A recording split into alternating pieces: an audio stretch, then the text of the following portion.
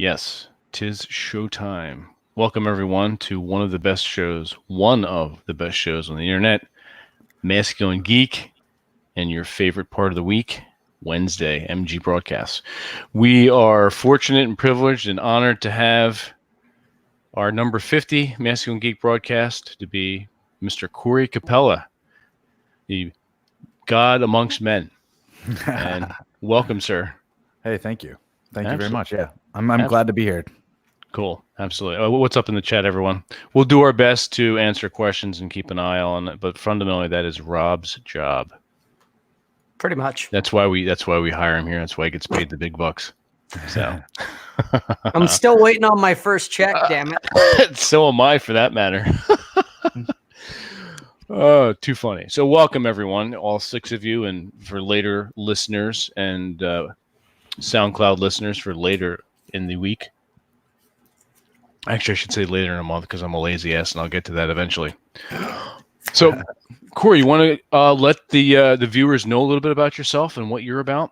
Sure. Do you want to delve into any specifics by asking specific questions, or do you want to? Because I could go on forever, to be honest with you. So we're fine with that. We're used to TJ being brief, so if you want to be brief as well, please have at it. So, what's your story? If you were TJ.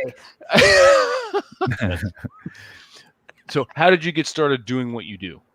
Oh, okay. So for those of you out there that don't know who I am, he introduced me as a God Amongst Men. That's my YouTube channel. It's a up and coming YouTube channel.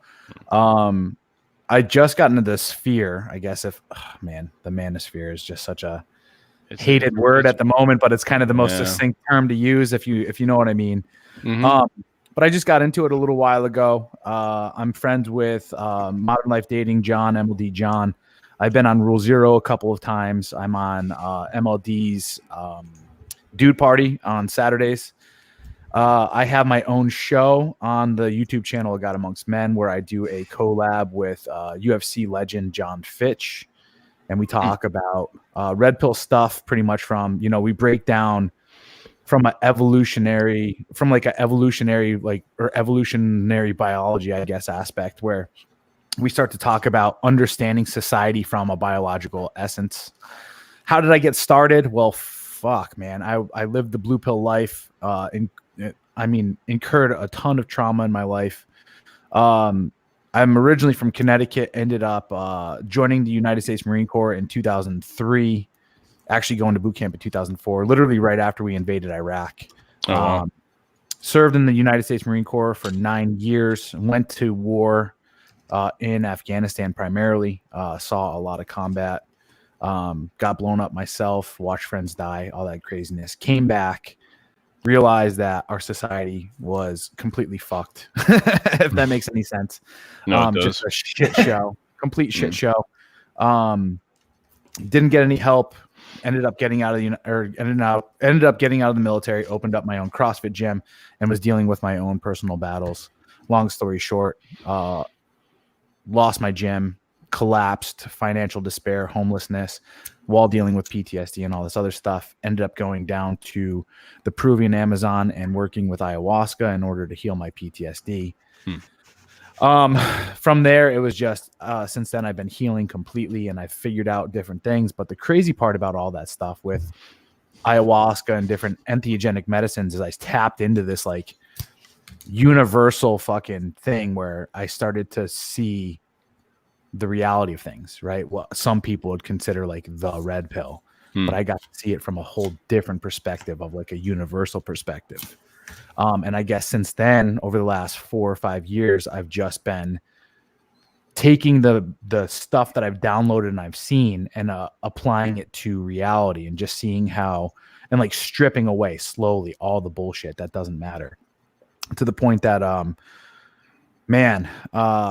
I ended up writing a book last year, Live Your Best Life in 30 Days, which is like it's a kind of mass appealed book for people to start to put themselves as number one, right? Because a lot of what we're taught in the world today is to just be this uber altruist who gives and gives and gives.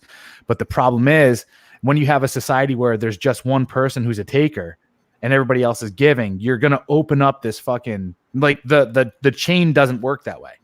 And that's how human nature is, right? We have givers and takers and all this other stuff. So when you teach society that they need to be givers, the problem is that you're leading people to despair, right? So I realized quickly, shit, I had to learn my own value. So that's one of the biggest things I teach people is like learning your own value, learning to create and build your own frame based off of like what's best and what's good for you. So it's a very Randian philosophy, if you guys understand and know Ayn Rand whatsoever. Where it's like actually the best type of society is the type of society that is like a meritocracy in a way, where you teach people become the best version of yourself, serve yourself, and actually that's how you're going to be able to better serve society, is by being the best you possible. Right? When we live in a society where we have people that are, it sounds counterintuitive, but it's not. Correct. Yeah, it sounds evil. It sounds evil. It sounds Yeah. evil to be so self-interested. But the thing is, when you're so self-interested, you actually end up setting an example for other people to elevate themselves. Right. And then also, just to throw it out there, people confuse looking out for yourself first with not thinking about anybody else at all. Correct. Yeah. Well, I mean, just like what most people get pissed off about, you could look at Rockefeller, or you can look at Carnegie, or any of these other people that have accumulated massive amounts of wealth.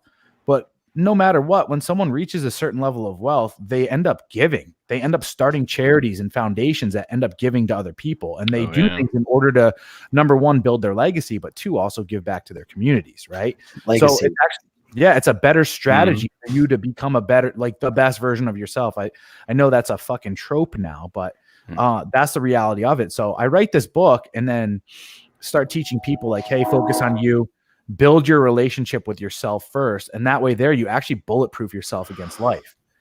So long story, I guess, one of the things that kind of brought me to it was after ayahuasca, I ended up being homeless. I went completely bankrupt. I lost everything. I had a fucking 2008 BMW M5 V10. Oh my God. I fucking love that car. I had a Subaru STI 2008 that was completely built up and all this other stuff. 2014, nice 2014 Ducati Street Fighter. Like I was all about this stuff, had my own house. I was growing cannabis at the time, which was my other side business, all this other stuff. And I end up fucking flat out broke, right?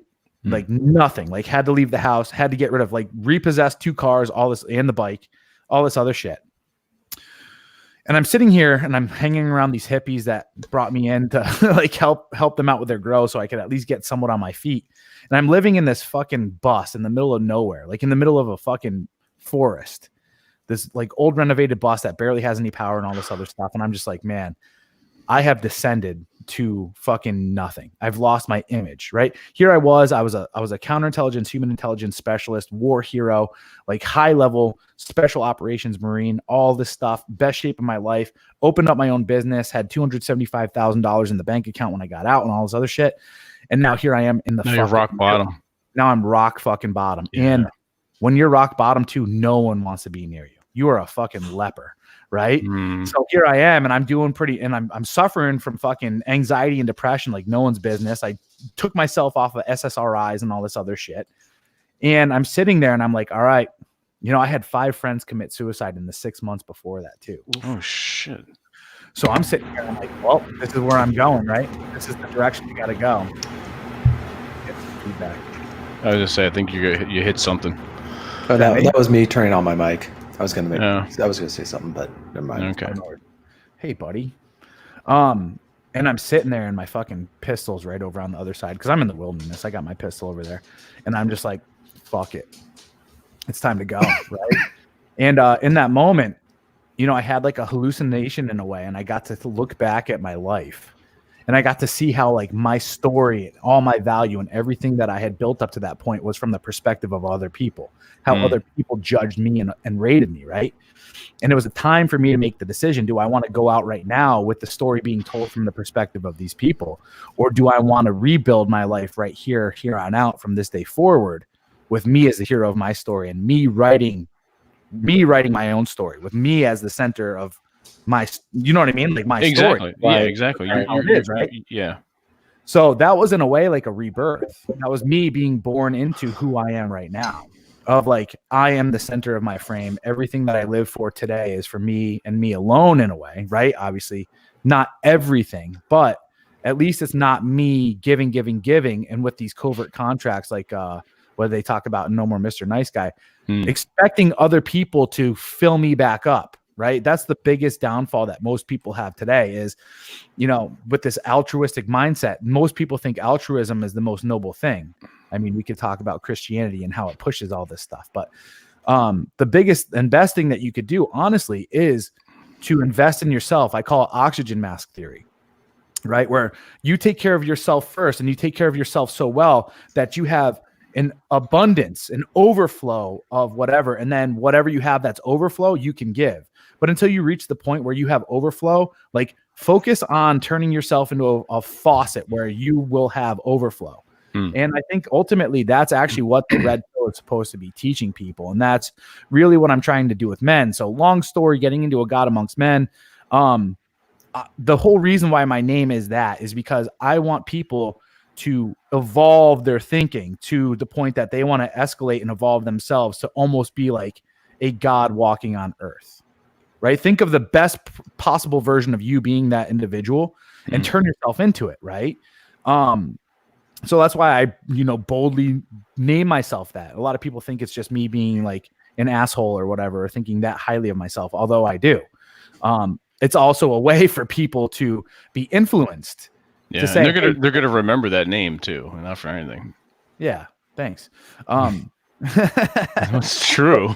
Yeah. Well, I mean, so what do I do though? First and foremost, what's the biggest issue? Well, before we went on the air, we were talking about how men have just been fucking relinquished to having man caves, and how men have voluntarily subjugated their own power in order to lift women up. And it's like to the point where we are literally just doormats and fucking milquetoast and wormy fucking snakes that just kind of like meander around, and we're just like, oh, well, we can't be this way because of this fucking supposed patriarchy, and men are bad and they do evil things. It's like, no, bitch. Men are the only reason why fucking society exists. Rob and I were just talking about this in our private Patreon about it. Men need to stop asking for permission for shit. There's too much of that. There's too many questions. There's too much asking permission from people that just don't. Well, the problem, I could go deeper into this. The channel essentially is me talking to men and being like, hey, stop being little fucking bitches and like, let's go. Right. And like, I don't mean to just say, hey, automatically change and stop being a bitch. Here's the way to do it. So that's a conversation I have with a lot of these guys. And obviously it's framed around like dating, building finances, building money. So, muscles, money, game. On top of a whole bunch of different things. So the 6 pillars of what I try to tell guys that they need to improve in, and not just improve in, you need to become a fucking master in these environments. It's the financial. It's the physical, mental, emotional, spiritual, financial, and relational. In the global context, in the global fucking sexual market that we now live in, you as a man can no longer just be jacked and get everything handed to you. You can no longer just be a financial whiz. Like, you can't just be an Elon Musk. I don't know if you just saw what happened with Elon Musk. Yeah, that shit show. Yeah, crazy bitch fucking knocked up, bro. What are you doing coming inside? Yeah, right. You can't just be a fucking Steve Jobs or a fucking Bill Gates anymore and just make a butt ton of money and expect life to be okay. No, you need to be at least 80% proficient in the physical, mental, emotional, spiritual, financial, and relational. You need to know shit, be a fucking Renaissance man, and you need to compete in that global market. So if you want the fucking life that you want to live, you have to build yourself into that individual. So that's all the stuff I talk about. Yeah. Okay. Yeah. I got a question for you, Corey. Since you brought up the whole Randian philosophy, so to speak, that's one of the things, and I've read about it. I guess I'm familiar with it. Do you going to kind of the Atlas Shrugged, where the guys decided fuck this and they pulled a John Galt and took off? What do you think? And maybe this is a large fucking question, but given the nature of the system we live in, where it's parasitical in a lot of ways, what do you think we could do as a society, or what would need to happen? Since there's no island for the guys to run off to anymore and say, fuck them, let them burn. What do we do to fix that? At least from your take. I have obviously it's a big question, right? So and not to shill too soon, but I'm gonna. I built a online men's community, right? Obviously, that's very Rich Cooper of me to say, but it's a forum that I call the War Tribe. So my belief system is this. We cannot, and we've seen this happen with the MGTOW and the MRAs and all this other stuff. First and foremost, the MRAs, right? The MRAs tried to fight the battle on a political scale, but it's too far gone, right?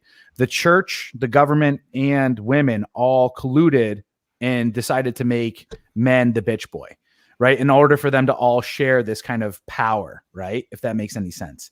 Yeah. So you can't fight against those things. It was like when I was in the Marine Corps, I was a very rebellious individual because my mindset, I was a staff sergeant in the United States Marine Corps. You know, at that point in time, you should be able to pretty much talk as an equal to most people and share your ideas and say yes or no to things. That's not the way it is anymore. Everything is bureaucratic, red tape, all this other bullshit. It's supposed to be yes up and no down. That's kind of how these three institutions operate. Yep. So you can't fight them either. That's the other thing that I was getting at. You can't just stay in. It's like becoming a cop. When people are like, oh, I'm going to go become a cop, I'm going to try to change the system. Good luck. The only thing you're going to have, it's too big of a fucking gear and you're just going to get chewed up in it. The best direction that you got to go is you got to create a counterculture and you need to just go on your fucking own. Like you need to, like, when you guys know how Rome was created. Yeah, I know the legend story. It was the two brothers who went and, I mean, Remus and Romulus. Yeah, Rome was really at the beginning a place for scoundrels and rebels and outlaws and all that kind of stuff. And masculine men. Yeah, masculine men. Masculine fucking men that said no to the fucking status quo. Athens, they watched. So Rome, obviously Rome's history shows just the evolution of the decadence and all this other stuff that happens when you build too safe of a society. But the same thing happened in Athens. And Romulus and Remus were like, yo, shit's getting fucked up here. We need to go and we need to move over here and we need to start our own spot, right? They were renegades. What they would do is they would go back into Athens and they would steal resources and they'd take people and they'd hire more people and then they'd, lure women over with their masculinity, so to speak, and they started their own city-state. Essentially, that's what we need to do, but we need to learn from history. We need to realize this is something I talked to Ryan Stone about. This is the natural progression of life when it comes to the natural cycle of fads. Men are the ones that don't really play by the social rules. So we step out of the social status quo and we start our own trends and our own fads, right? And then what happens is when people feel safe enough that the fad is cool, then everyone starts coming over. And then what happens is women buy into it so that they can operate in the sexual market there and they inflate it. And it loses its original purpose and all this other stuff. And then women become mass consumers of it. It gets watered down like crazy. And then and then it collapses because that's what women are best. Then they move on. And then they move on to the next place. This cycle repeats. Exactly. It's funny how that is true. And it's a lot of what you're saying is stuff that conclusions that I've made just based on my observations of things. And this is my question this is from my, where I see things at is we're not quite at the point where we can actually, and I'm speaking very generally when I say this. Yeah. I don't think that we collectively are at a point where anything new can be built in a physical or literal sense, because the empire of nothing, as Jack Donovan would call it, is simply so hyper attuned to any attempt to create a space or a narrative or an identity that is outside the empire, within the empire, that you'd have to basically get a group of men who are all on the same page on so much stuff. And the biggest one is just being willing to let things go and focus inwardly. And most men I've talked to who agree with me on 98% of things disagree with me on this one fundamental thing, and that's that they can't let go of what's going on in the world around them. They're still, in some sense, identifying with the empire. And so they can't start working on a separate identity. But also, I just think that any attempt to create anything sizable, I mean, you'd have to create some sort of like a cell, like 5 to 6 guys type thing, like a biker gang. If you did like a biker gang type thing, you could get away with it, but nothing. I think it's a tribe. It's got to be a tribe, and you got to. It has to be a tribe, and I mean, a tribe is anywhere from 100 to 150 people, and that's how it starts off. Right. But the thing is, what needs to happen this go around, and I think these are the lessons we learn. That's why I bring up the history lesson of Athens and Rome. Right. is they started off based off survival, right? The blue pill kind of aspect is just base level survival. It's not about evolution, right? It's like, we're just going to operate on this basic standard kind of format of get the girls and get the resources. We need the resources in order to reproduce, and we need to grow, right? There was no overall end state of what was really going on. Does it make sense to you? So there was never any founding on a true foundation, right? There was no discussion of like, how do schools and infrastructure need to be? How are we going to actually, right? The other thing too is like, we spread because resources were plenty and we didn't really have to worry about it other than just agricultural. But now we're starting to see things on a different level. We realize that we humans have a tremendous impact on our environments. And I'm not trying to get all environmental here, but there is a certain balance that you have to play around with when it comes to your environments. So we just kind of went around and we're like, oh, there's a plenty, and we just plundered, right? We didn't have a foundation on like restoration and regrowth. Does it make sense? Mm-hmm. Like, how can we as human beings leave as little of a footprint? Because if we fuck up the ecosystem around us, we're fucked, right? And I think we're starting to see that today with like the obesity epidemic and people being on antidepressants and on all this other shit. We failed to realize that like our food is actually our fucking medicine. And I know that sounds really fucking hippie, but the thing is we've lost really true connection to it. Like for right now, and I hate to become a fucking evangelist.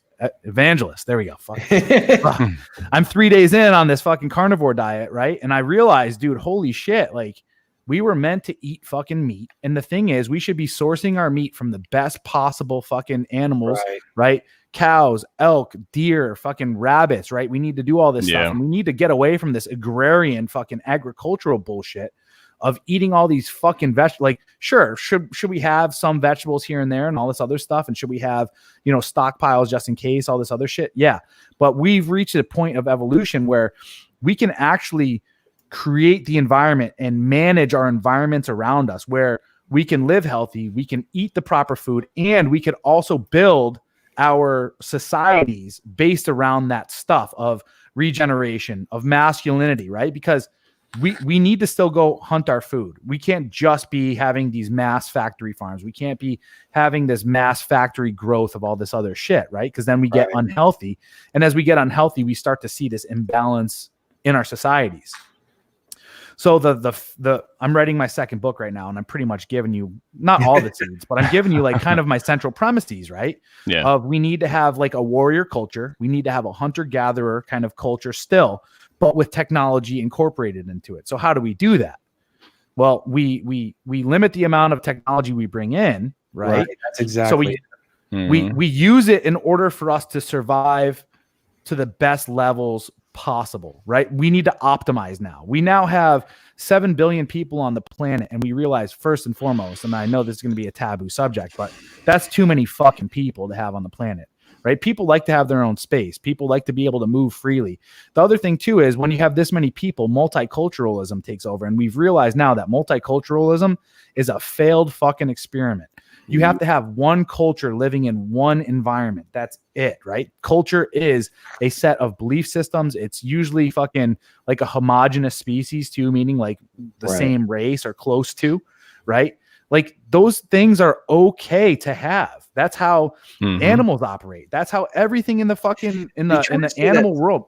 Go ahead. Did you ever see that study that showed the wolf packs and how closely they respected each other's boundaries?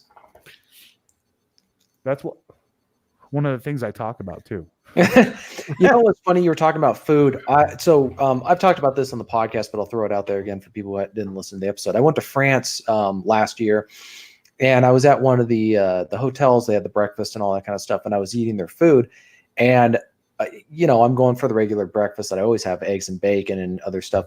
And their eggs, their bacon, all their food tasted completely different from ours. And I was talking to one of the tour guides, we had like a personal tour guide guy, and I was just asking them about their food, like their food regulations and all this other stuff. And they just said, we don't put corn in our food. We don't eat corn. It's only for chickens. And then I thought about it, and I went back home. I just started going through my pantry and looking at all the different ingredients for my food. Every single thing practically had high fructose corn syrup or just corn syrup. in it. So it's amazing how much our food in America, it's not as bad as in Europe. Not only that, but they all smoked, but I didn't smell any cigarette smoke on anybody. Now they may have put the cologne or perfume heavily on themselves, but Native Americans used to smoke all the time, but you wouldn't see them fucking dying of cancer. No, and I also, you know what I mean? Any fat people in France. I saw it's because people in France. Right. They were eating a proper diet and they had an active lifestyle. And then they also had a very spiritual lifestyle as well. And their spirituality was based in this fucking, like, I guess, what's the best word that I can use for it? It was like a equilibrium, right? Hey, I am still an animal on this fucking planet. That's really all we are. We're fucking animals if you really break down, but we're come just down to it, a higher level consciousness. And that's the problem with our society today. And this is what I hate. This is what I hate about lefties, right? Lefties are so fucking ignorant and so entitled that they believe that our society is here to stay. And it's like, you obviously have no understanding of history. Like, you don't understand that some of the greatest empires of the world, we don't even know, like, yeah, look at Egypt. Like, look at Egypt. Look at the Egyptians. They probably thought, hey, this is going to be life forever, right? It's just going to keep on going. They collapsed, right? Same thing with the Ottoman Empire and all these other people, right? The fucking USSR just recently, dude. That shit was a fucking huge motherfucker, right? Collapsed, right? Our society could do the same. As a matter of fact, every single civilization could simultaneously fail. All we need is a fucking solar flare to wipe out the fucking electrical grid, right? Just a solar flare, boom, light up the ionosphere, everything pops, and then guess what? We're back down to fucking square one. Now, we're going to probably quickly rebuild, to be honest with you, but there's going to be a fucking high level of people that go bye-bye. You know, and these lefties, it's so funny too. You know, these World War III memes that just came out recently were fucking on point. I love, it's just like the Islam is right about women meme. Like, these memes that just so succinctly fucking put into place a fucking feminist SJW far lefties fucking mindsets are so great. I don't know if you saw the World War III definitely memes. a new literature, that's for sure. Have you guys seen the World War III memes? Where it's like, feminists when World War III is announced. Yeah. Let me make you some sandwiches. Picking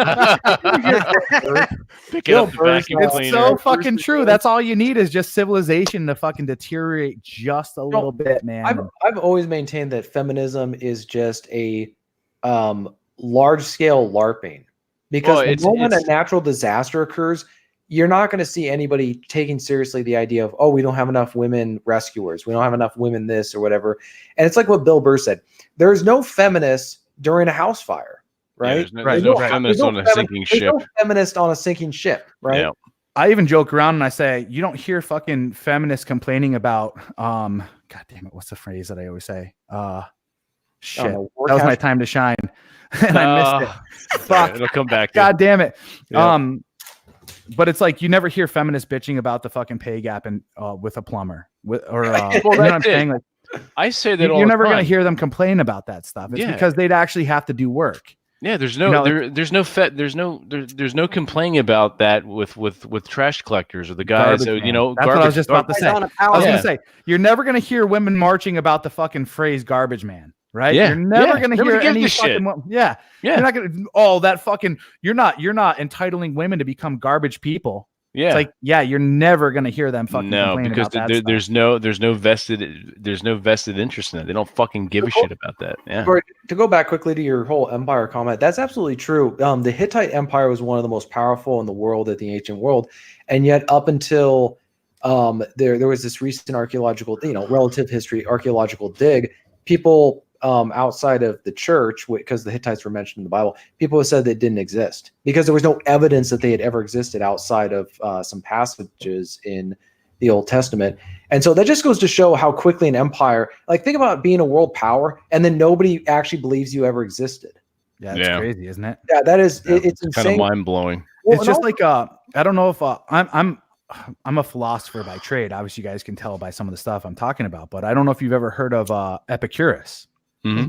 So Epicureanism came out before Christianity, as a matter of fact, at the same time. And Epicurus set up the theory of the walled garden in a way, and he set it up outside of Athens, literally like Plato's school was overlooking his walled garden, and he kind of started another kind of revolutionary thing with the walled garden. And it was no kidding, like the perfect, most succinct thing for masculinity, if that makes sense. He says a man should be a walled garden, right? Like you should have high walls, and inside your walls, everything should be like perfectly curated, and you should take care of it. But at the same time, you should be ready to defend your walls at any time. Right. So it's kind of going back to the same adage of like, you'd rather be a warrior in a garden than a gardener in a war. Right. Mm-hmm. So it's like, train yourself and treat your body and treat your mind just like a walled garden. That's the ideal of what a man should be. And believe it or not, Epicurus ended up setting up such a philosophy that quickly his commune system started to spread all throughout Athens and further reaching like the Eurasia aspect, that area. But the thing is, during the Dark Ages and all this other stuff, and Christianity just came through and wiped out everything, right? To the point that like Christianity was the way. And you don't hear much about these Epicurean communes, but there was almost like 400 of them, I think. And in a way, going back to like what I'm talking about, that's essentially what we need to create. We need to create in a way these kinds of, I hate using the term commune because it's just so closely tied to communism, right? But in a way, that's essentially what it comes down to with, all it is tribalism. But at least, with Epicureanism, there was a central tenet, there was a central philosophy that was lived by people that tied them into this whole thing. And that's really what we need to get back to. And my whole thing and my foundation is simply it's curating masculinity in a society, right? And these are kind of masculine virtues, everything that I'm talking about today. So much so too that that rationale and logic actually is something that is taught very early on, because the biggest problem that we're seeing today is, the government is taking over all the school systems. Everything is government run. And the thing that they realize is this. Number one, the reason why women were given the right to vote was not because of us becoming more progressive. It's because people realized it's easier to get votes when you have women that are voting, right? They vote emotionally. So all you have to do is appeal to emotion. Before, trying to stay in power or trying to stay as a part of this, to men, especially in a society where logic and reasoning was the fucking steeple, right? Because that's essentially what our founding fathers were.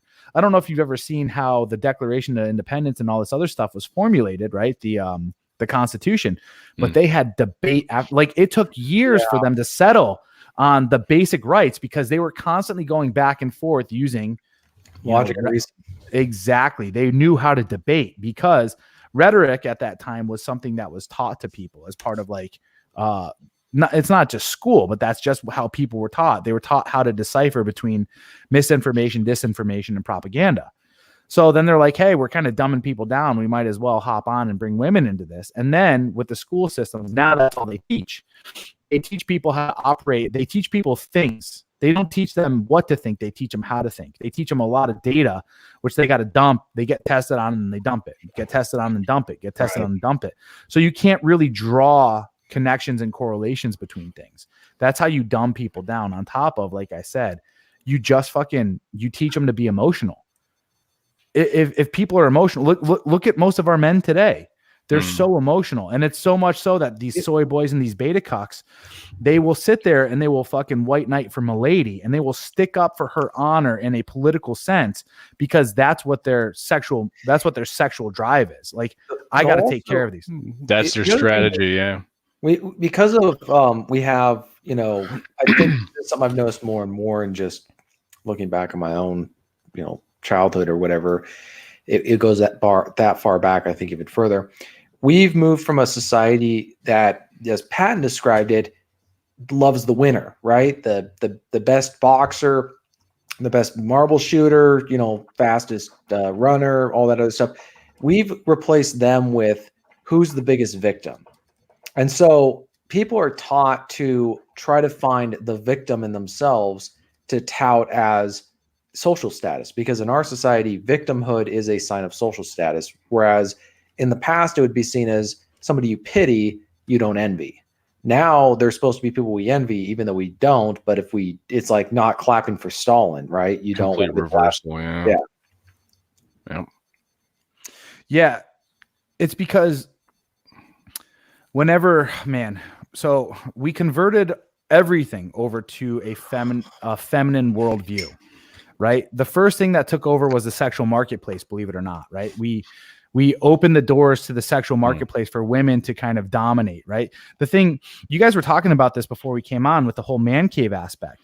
What men started to do is we started to win, and we started to set up a civilization that was more comfortable. Because in our minds as men, like you'll see this in, especially with birds, the men, what they'll do is they'll go and they'll help out with the woman. She'll kind of henpeck him. They'll both go out and they'll start to pick up stuff for the nest. But then once the nest is almost complete, she's going to sit in the nest. She's going to lay the eggs. She's going to sit on the eggs. Then the male during this time frame is going out. He's hunting and he's also protecting. So he's going and he's bringing her food, and he's staying up pretty much all hours of the day in order to protect and make sure that his nest, his female, and his eggs are all taken care of. And essentially that's what we've done, right? We've created such a stable and comfortable society that what's ended up happening is men were like, okay, well, we're just going to kind of sit over here and take a nap for a little bit. And then in that time frame, like, here you go, woman, like dominate the household and take over the household. Oh, by the way, also take over like the rules of the relationship and the structure of the relationship. Oh yeah. Also, because you're the woman and you're here to nurture kids and I'm busy and tired from working all the time, like you are the main parent. Like that's where it's slowly crept in. Yeah. Boiling frog, man. Yep. So, because my argument is this, and I kind of break down too how how you should raise children properly, like the age ranges and all this other stuff. From 0 to 7 is when the mother should have the most impact on a child. She should be there to nurture. Why is that? Because from 0 to 7 is when the child is developing 95% of their personality, right? You can even see it. You watch as that progresses. So what needs to happen during that time frame is there doesn't need to be pressure from a father who's supposed to be like, no, you need to fucking do your work and all this other stuff. And like, you need to stop being a fucking baby and all this other shit. No, you need to let them develop their personality and be nurtured and let them believe that they're the center of the universe. And then at 7 is when that cutoff needs to happen, where it's like a slow trickle where the father needs to start stepping in and the mother needs to start kind of weaning away, where it's like, all right, now we're going to start teaching you about the reality of the world, right? You're safe. You're happy now. Your brain's somewhat developed and all this other shit. Now we need to start teaching you like how to control your emotions, right? You can't use emotion to manipulate and all this other stuff. And you need to start becoming a fucking individual in society. Here's the rules of society. And then at 13 years old, male or female, this is where puberty hits. It's like, okay, now you are hitting the second stage and you're transforming into an adult. Here's what's expected of you as an adult. At 18 years old, you need to be ready to be on your own 100%. Right now, true. For women, that's not necessarily true. Women at this point in time, genetically, are supposed to get married and they're supposed to have babies. Right back in the day, it was 16 was when they started the process. Now it has to be 18 because that's legally when it happens. Right, down to 36 practically. Right, but what I'm saying is biologically, that's when women are at their sexual value peak, and that's when they need to be paired with a man. And I don't think a man at 18 or 22 needs to be her man, because he's going to get walked all over because he has no understanding of female sex or just no understanding of female nature. Everything. He's a young buck, like a spring buck, like a single fucking pronghorn or whatever, who's just now like, you need to go out. You need to survive a few fucking winters. You need to get your ass beat. You need to go into a rut. You need to go and fight other fucking other stag, and you need to fight for your position in the fucking sexual hierarchy and all this other stuff. And then once your fucking pelt is a little bit more damaged, you got some scars and you know some things about life, then now that you could lead yourself, now you can go back. And that's why women actually are more attracted to men at age 35, because that's when they hit their sexual peak. You feel me? Mm-hmm. So this is what I'm writing about in my second book.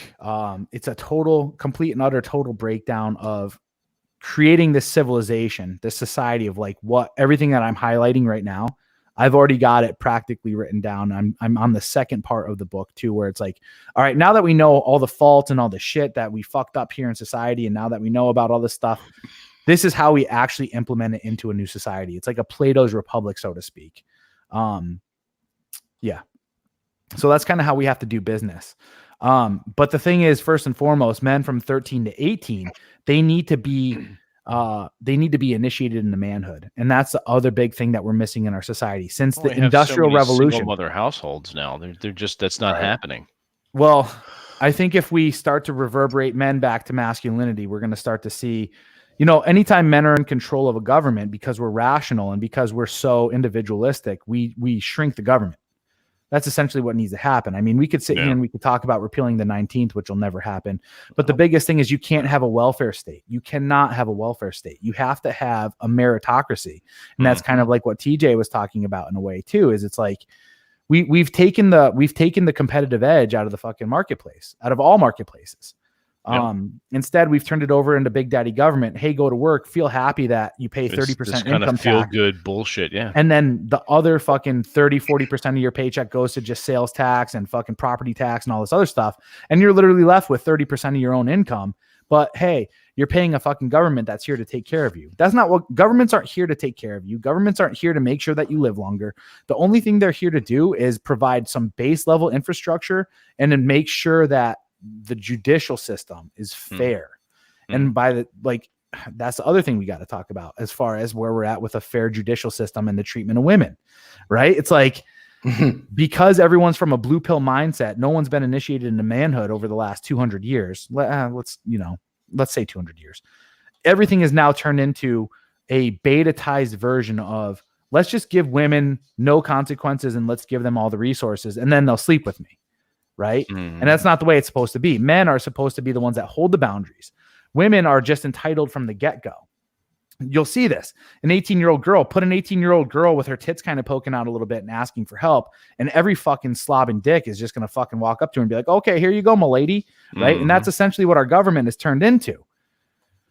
So, I mean, that's essentially where we got to go with stuff too, is really, really hone in on initiating men into manhood by going through a rites of passage and starting their journey, mentoring men.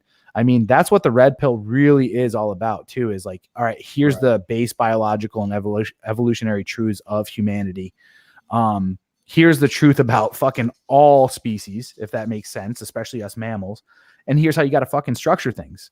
I know it's a hard pill to swallow, but here's the truth. Would you much rather continue going down this road of this idolized and false fucking, hey, this is the way things should be kind of environment, right? And watch it destroy itself?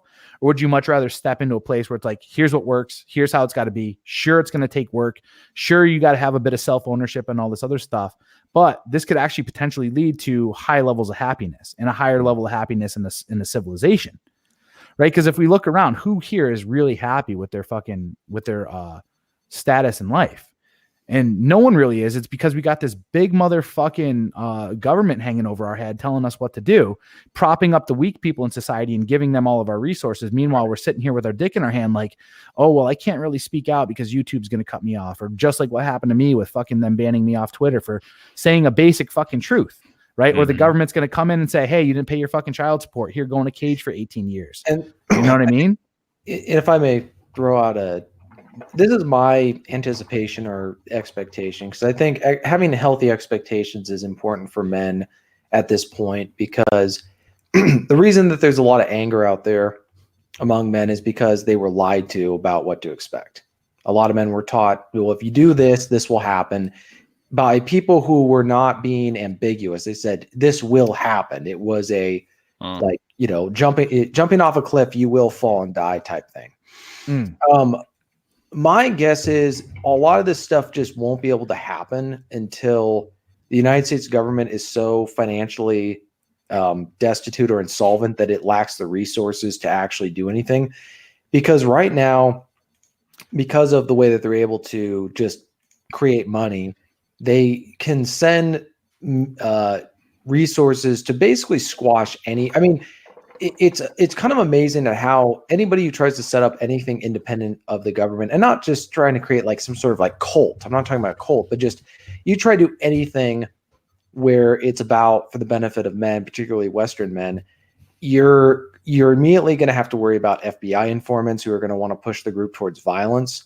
You're going to end up with not just FBI, but also CIA operatives that are going to come in, act as willing participants, and then create some kind of subversion within the community. Yeah, it's very, very, very real. Yeah, you're right. I think it's going to have to get to the point. I'm thinking, I mean, this is my expectation that, or at least my attitude is, the only thing or the thing that we can actually do is kind of be prepared for that day in the future when that kind of opportunity does happen, and rather than reacting to something, being proactive to it and then being able to take advantage of it. But I don't see that happening.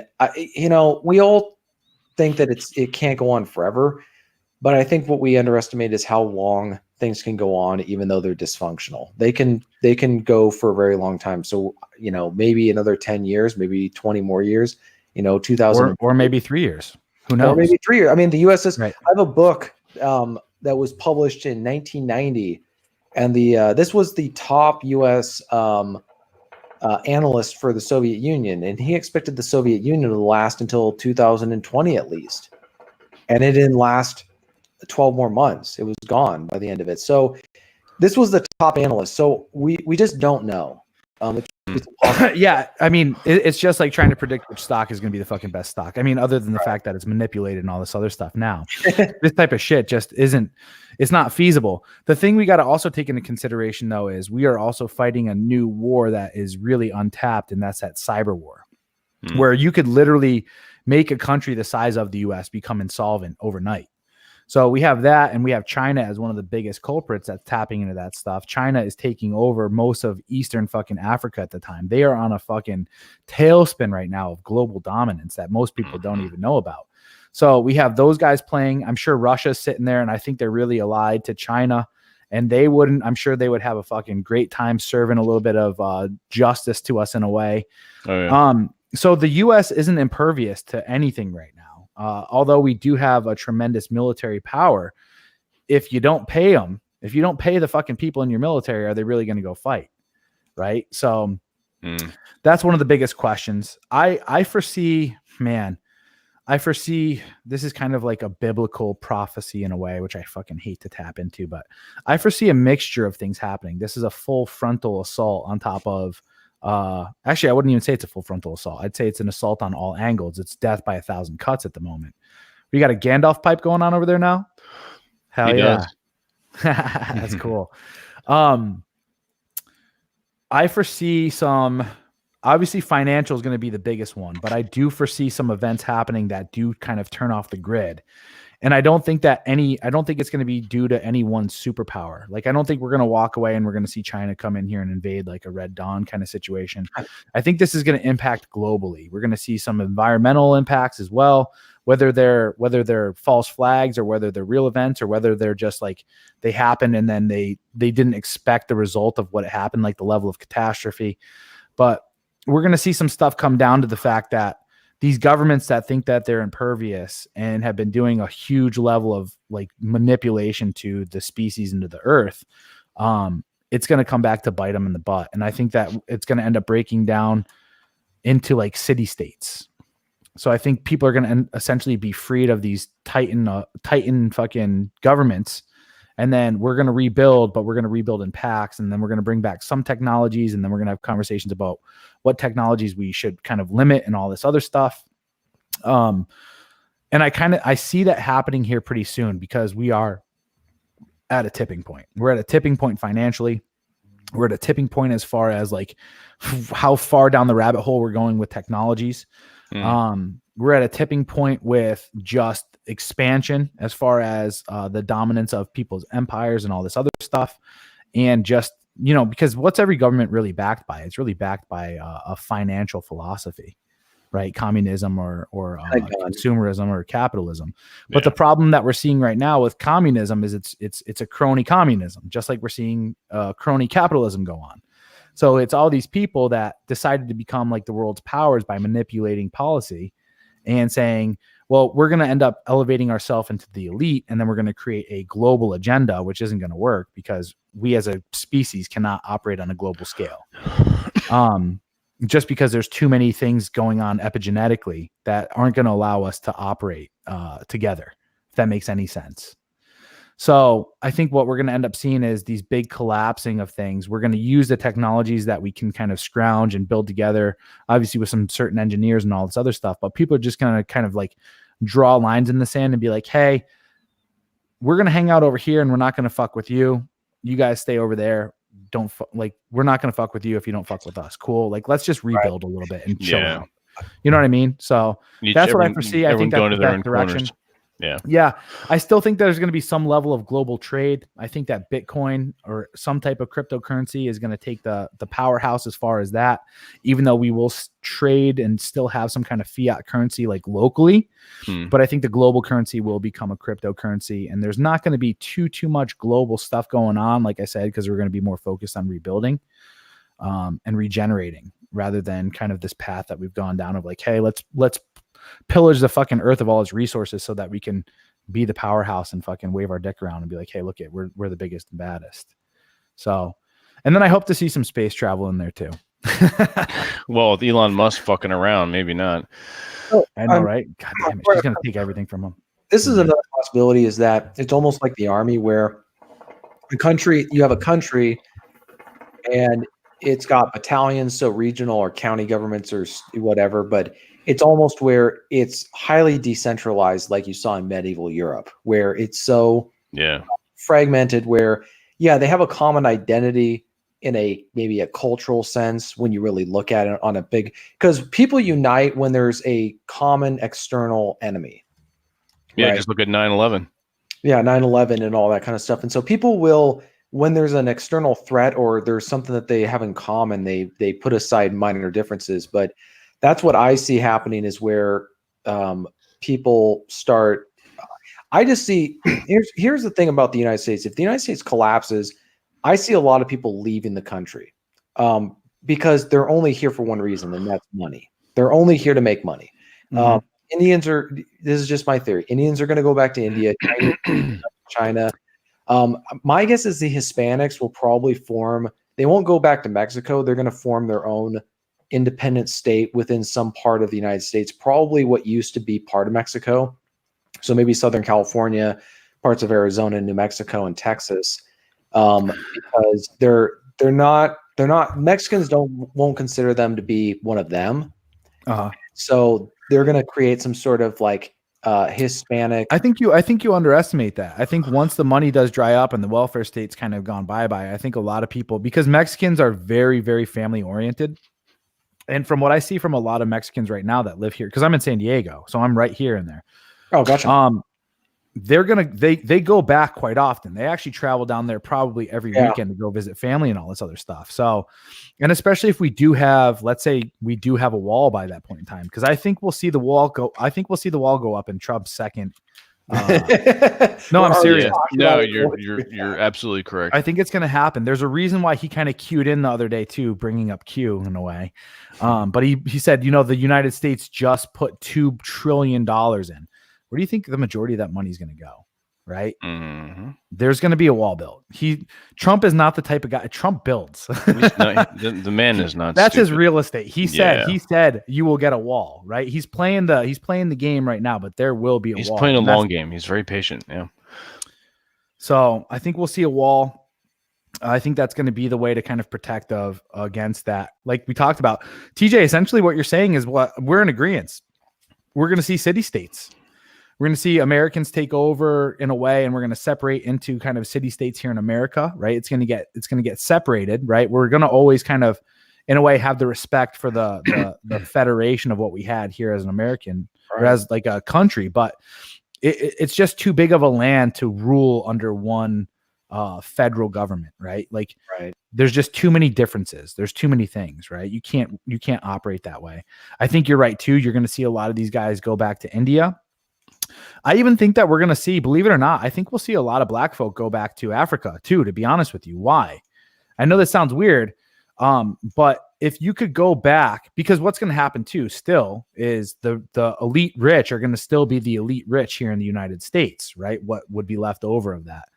Wouldn't it be smarter if you're more of a high IQ and industrialized individual to go to a country that was your homeland and try to rebuild the infrastructure there and become kind of the high level operators of that region? That's just me, right? That's just what I would think to do. Makes sense on paper, yeah. It makes sense on paper. So we'll see what ends up happening. But I mean, I think that you'll see.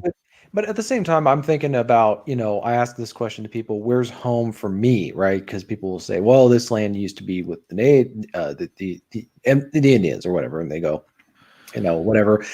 And so I was talking about with this with Vince and Rob a while ago about like, where's home for me? And some people would say, well, what about England? And it's like, I've been to England and I haven't spent a ton of time with English people, but I'm an American. My ancestors have been here since 1630s, and we're just so different on so many levels. I don't know if, and I'm guessing it's the same thing with a lot of African Americans because they've been away from the continent for so long that's the, you call that the motherland, right? Right. But I don't know if they would want to go back.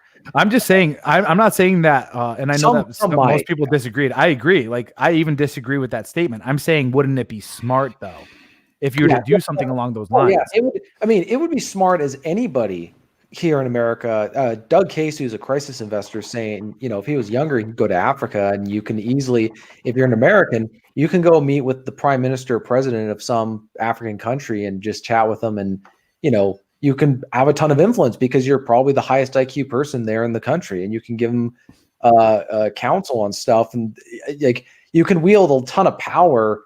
It's just a question of, do you want to be surrounded by people who are not as intelligent as you, not as educated, and living lives that you just can't really possibly understand because of the way that they do things? Because that kind of goes back to the selfishness in a way of what we're doing here in America too. Wouldn't it be smarter to tell people, and this is my philosophy, like a lot of people are like, everyone's like, well, we should bring people to America so that we can prop them up and we can show them a way of life and all this other stuff. Or would you be better off being the person of high IQ in your own nation and building your nation that way? So that's my thought process is, right. Even when people tell me the same thing, they're like, Corey, you should leave America and all this other stuff. You just don't correspond well with the views and all this other stuff. And I'm like, well, I'm going to give it my best damn shot to see what I can do in order to change it. And if it hits a fucking turning point where I'm like, all right, got to vamoose. Okay. Right. I get it. But I'll know when to pull chalks. You know what I'm saying? But I'm going to give it one fucking hell of a try first and foremost. And, I think that's the way that I'm doing it. Like I said, the War Tribe, www.thewartribe.com is where we're having a lot of these conversations of how to build men. Like, we're creating a counterculture. That's essentially what we're doing. It's online first. Tyler Durden talks about this in fucking Fight Club. He said, men, we're not fighting a fucking physical war today. Our war is a spiritual one. And that's really what it comes down to. It's the spirit of masculinity. How do you fucking convert yourself? How do you turn yourself in? How do you focus on this? Because that's the other thing too, is the spiritual world, right? The spiritual environment that we live in today is all dominated by the feminine. Look at all these fucking vegan yogis. Even Christianity is dominated by feminism. We talked about this. We started a guest on Saturday. Yeah, we just talking about religion, spirituality, and how it deals historically with masculinity over time. You're absolutely right, Corey. Spirituality. I'm actually working on a part of our book on this, but spirituality today, when people hear that, they think only of feminine stuff. They think of tarot cards, palm readings. They think of yogis who fucking dress in all white, man buns, and all this other stuff, eating vegan, saying Om. Everything is about peace and love and empathy. It's like, no, I talk about this a lot. People out there want to fucking kill you. There's a masculine side of fucking spirituality, and you know what it has to do with? It's this fucking love and appreciation of fucking death and violence and aggression. You know what I'm saying? It's like understanding that this is equally, because all these other fucking idiots too, they sit here and they're so in love with the environment and the earth and Mother Nature, and it's so beautiful and so peaceful. Have you fucking seen a grizzly bear fucking kill a fucking salmon? Have you seen a tiger fucking rip apart all this shit? Like, dude, even the universe, how we possibly were created with a big bang, that probably didn't feel fucking good. That wasn't a fucking like happy, joy, fucking namaste, kumbaya type of thing. It's half of our existence is based on death and fucking decimation and reconfiguring things through that shit. And that's the masculine, right? That's masculine harnesses that stuff. And that's kind of how things are. And almost all of that is completely fucking out of the consciousness of our society. And we're leaving ourselves exposed. Jack Donovan made a good point about this in an essay he wrote a while ago, which was, I see it as for men. This is an essay for men, but he wrote, life is conflict, peace is death, right? So the whole idea of that for a man, life has to be conflict driven, action driven. And the same way with spirituality, where it's got to be conflict driven, because, and the way that it's framed with all the spirituality, religion from a female perspective, it's passive. It's things happen to you. You're experiencing things. Things are being done on your behalf as opposed to you doing something and conflict or whatever. That's why we always get this weird feeling when they talk about spirituality and they talk about feeling good and peace and love and harmony and being one with nature. Yeah. And men look at nature and they're like, yeah, I can dominate this. I can subdue it. I can make it my bitch. Well, because that's also in our nature and that's part of it. Our whole goal. So this is essentially what spirituality is, you know, the one, right? The source or whatever is both positive and negative, which is equal to masculine and feminine. So the two things that fucking create reality, right? So consciousness birthed itself into it through this engine called masculine and feminine, right? The poles, the polarity. So female nature is chaotic by nature. They're electrons. They are just freely flowing fucking bits of energy, but we are the protons by which it's magnetized and it's channeled. Does that make sense? So that's the same thing that we got to talk about when it comes to spirituality. Is that's kind of our job. Our job is to create order out of chaos, going into fucking Jordan Peterson type of stuff. So when we see nature, and this is part of our biological, like evolutionary psyche, is all of like when we first started evolving, nature dominated us, right? We were its bitch and we fucking had to survive that stuff. Now it comes down to the fact that we've actually dominated it. So now what do we have to do? We actually have to fabricate some kind of level of balance between the two, where it's like, because this is the thing, we've created a civilization that's too comfortable, where we don't have any outward threat any longer. And what happens when you don't have an outward threat? People turn on each other, right? Yeah. Because the feminine is always going to find something to fucking complain and fucking try to tar and feather. Teddy Roosevelt wrote about it too in this what do you call it, The Strenuous Life. He warned about that. Yeah. What did he say? Well, he was saying that the rise of industrialization and the way jobs were moving, and everything was basically getting soft. Men were taking over, getting into office jobs. They were getting out of they were removing themselves. You're talking about nature. They were removing themselves from nature, from conflict, from strife, from hardship, and becoming soft and weak and feminine. Mm-hmm. And that's he stressed the strenuous life. Well, the thing is too, though, with the feminine and with her chaos, everything is so perfect right now that she's going to find a way to declare war on something, because by her nature it's destructive. She wants it. That's why women shit test us, right? It's in her nature for her to test the strength, the tensile strength of your boundaries. And that's kind of what's going on right now. Is women have declared war on reality. Because, and this is, no, I'm serious. This is really what it comes down to. Because wow, that's a good way of putting it. Well, look at it, what they're doing. Everyone's got to be bisexual now, or pansexual, or fucking pan-fried sexual, or whatever the fuck kind of sexual they got to be today, right? They're fucking LGBTQRS, fucking. Well, it's not only that, but if you don't like it, then you're a bigot. It's like you have. Well, that's what I'm saying. What they're trying to do is they're using women have 4 types of tactics, right? So first and foremost, they're either going to use sex or tears. That's their 2 fucking primary weapons. But then they're going to emotionally manipulate you through fucking shame, guilt, and fear. So that's what's been dominated. So if they can't win on the emotional realm, right, of manipulating you and all this other stuff, what they're going to do is they're going to attack you that way, right? Because obviously men can't fight women in today's society. We can't put a physical boundary down on them. So really what this comes down to, like I said, is reality's gotten too fucking.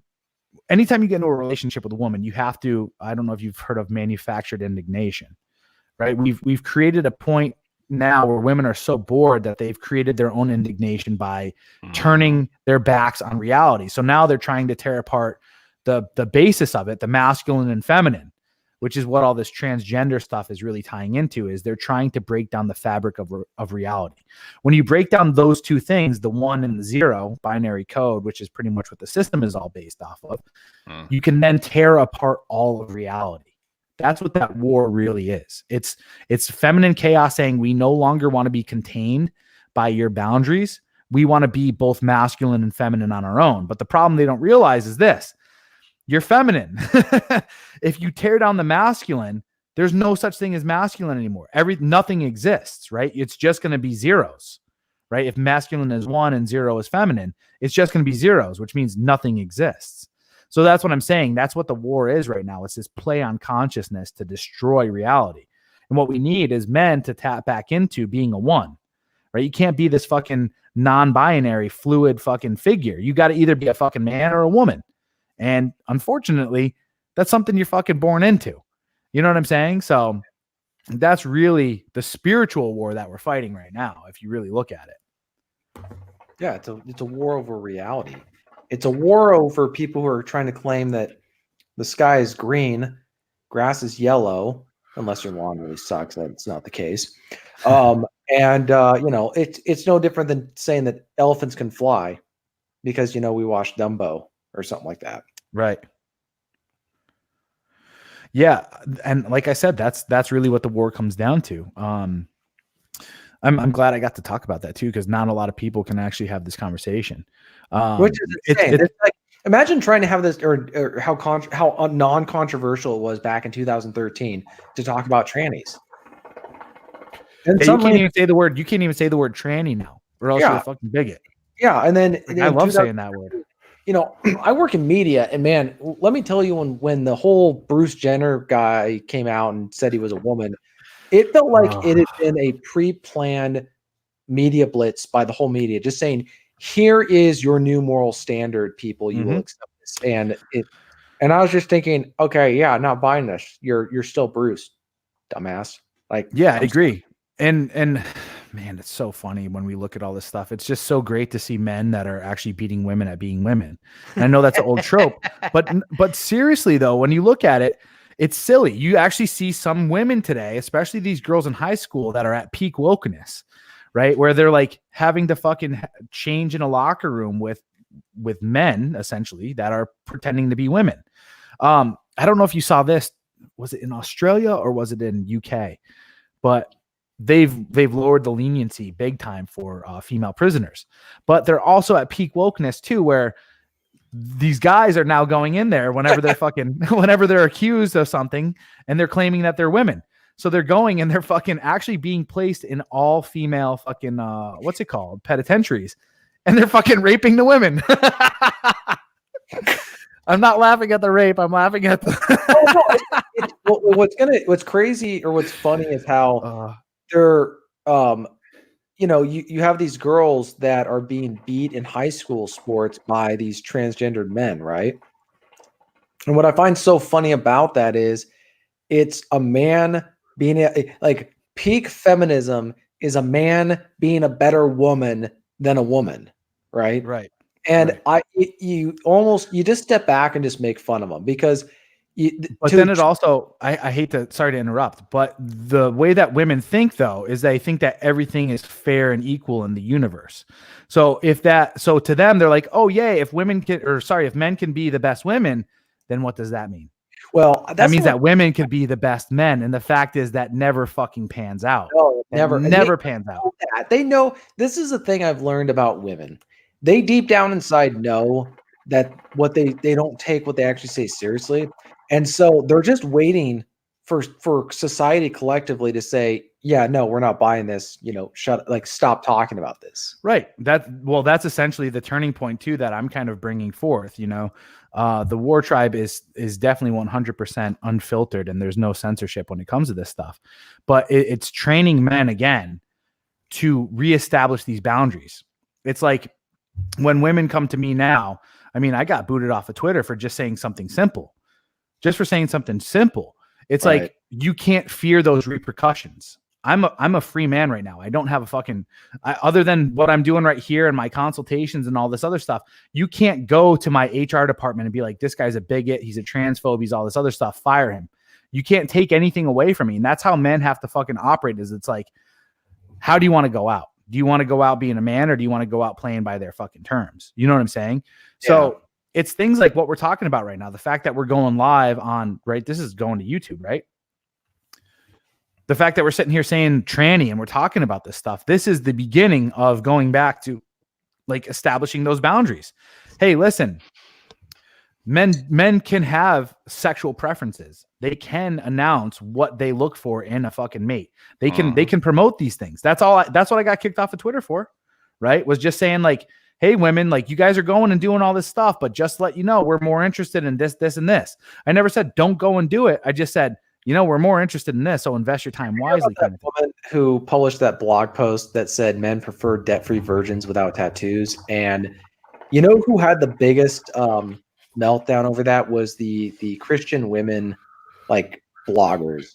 Yeah. And notice she didn't, and this was a woman who wrote it, but she didn't even say men require or demand debt-free virgins without tattoos. She was just saying if men could choose, they would pick a girl with those three qualities. But right. I mean, we're at a level today in society where men aren't allowed to have preferences, and even no one is sitting here saying this needs to be the standard and women, you can't do this. This is just saying, hey, this is what we prefer. Exactly. This is what we're more attracted to.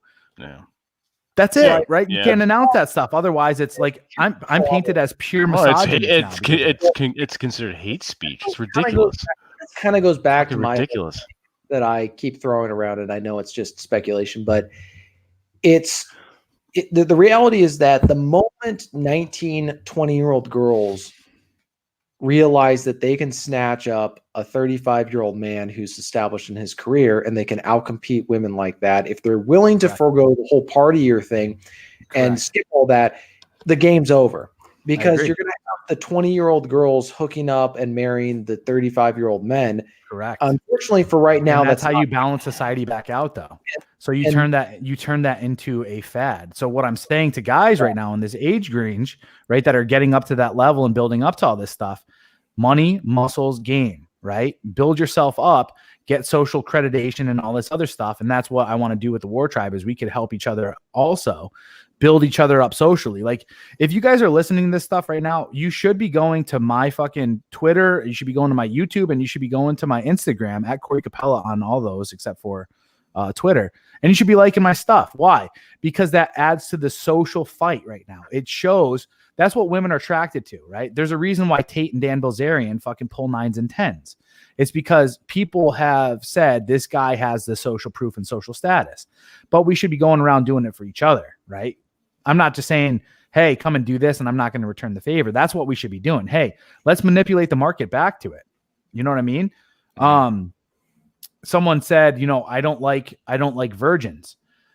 Who's saying you got to be monogamous to her? Right? Like that's how I run my fucking game on all my women. If your game is tight, like I'm going to impregnate and marry, right? Because everything is going to be contractual. It's going to be outside the United States, and we're going to fucking do it in a contract. And here's the terms and all this other stuff. And here's what is expected of you. But also at the same token, right? First, you can train her, right? It's not going to be perfect the first go around, but you're going to fucking train that hoe. I mean, train that beautiful woman. You know what I'm saying? But it also doesn't mean you got to be monogamous. Like go fucking, even when I eat filet mignon every once in a while, I love going to fucking Five Guys and getting down on a fucking burger, shake, and fries. You know what I'm saying? Mm-hmm. So if I got the filet mignon at home who's birthing my babies and all this other stuff, I'm still going to go out every once in a while, probably more than once in a while, and get a burger, shake, and fries. Plain and simple.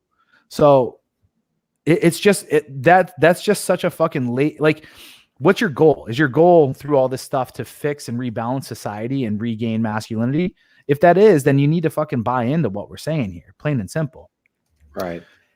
But I would just say that's driving the angst among women, where they're definitely against men expressing any kind of standards or preferences, because if it became known or men were able to comfortably say that, then a lot of younger women might be I'm not saying that they would. I'm saying that that's the level of anxiety and fear among women, because we're going through a really huge we're going through an unprecedented, at least in recent history, an unprecedented social experiment in which women have pushed the age of marriage back to an absurd limit.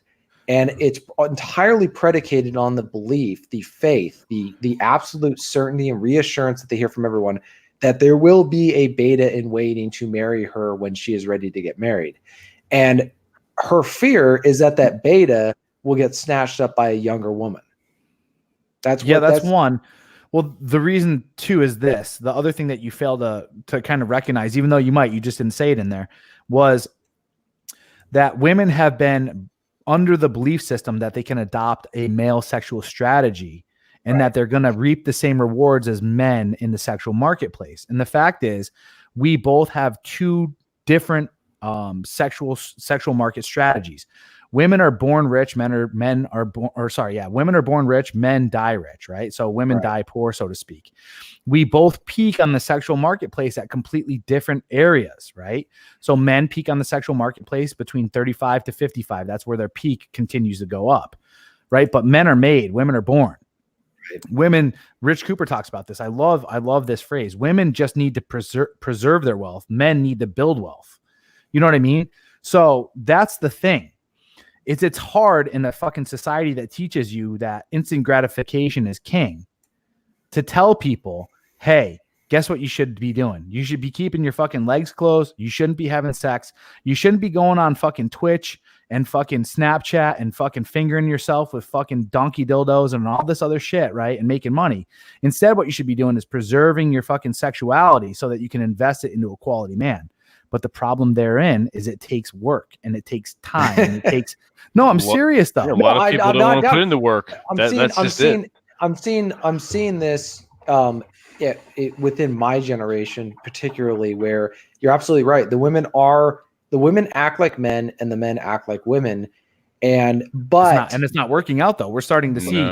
But go ahead. Sorry. Yeah, I'll finish afterwards. Go ahead. I'm just saying, like, that's the angst that I've sensed is that men don't even have to freaking say this. If they're just reluctant to even go out on a date with someone of the same age in their 30s, it's like the women know exactly, like, let's say there's a girl who's saying, oh, you should really hang out with my friend. She's blah, blah, blah. And the guy kind of gives this hesitating look, like, I don't know. She knows exactly why he's hesitating because she's old. She's too old for him. He wants somebody younger. She's probably like the whole shebang. She loses her mind because she knows that she might be in the same ball court. Like, and they can't go back. They can't find a DeLorean that happens to have a flux capacitor inside of it that they can go back and redo what they did.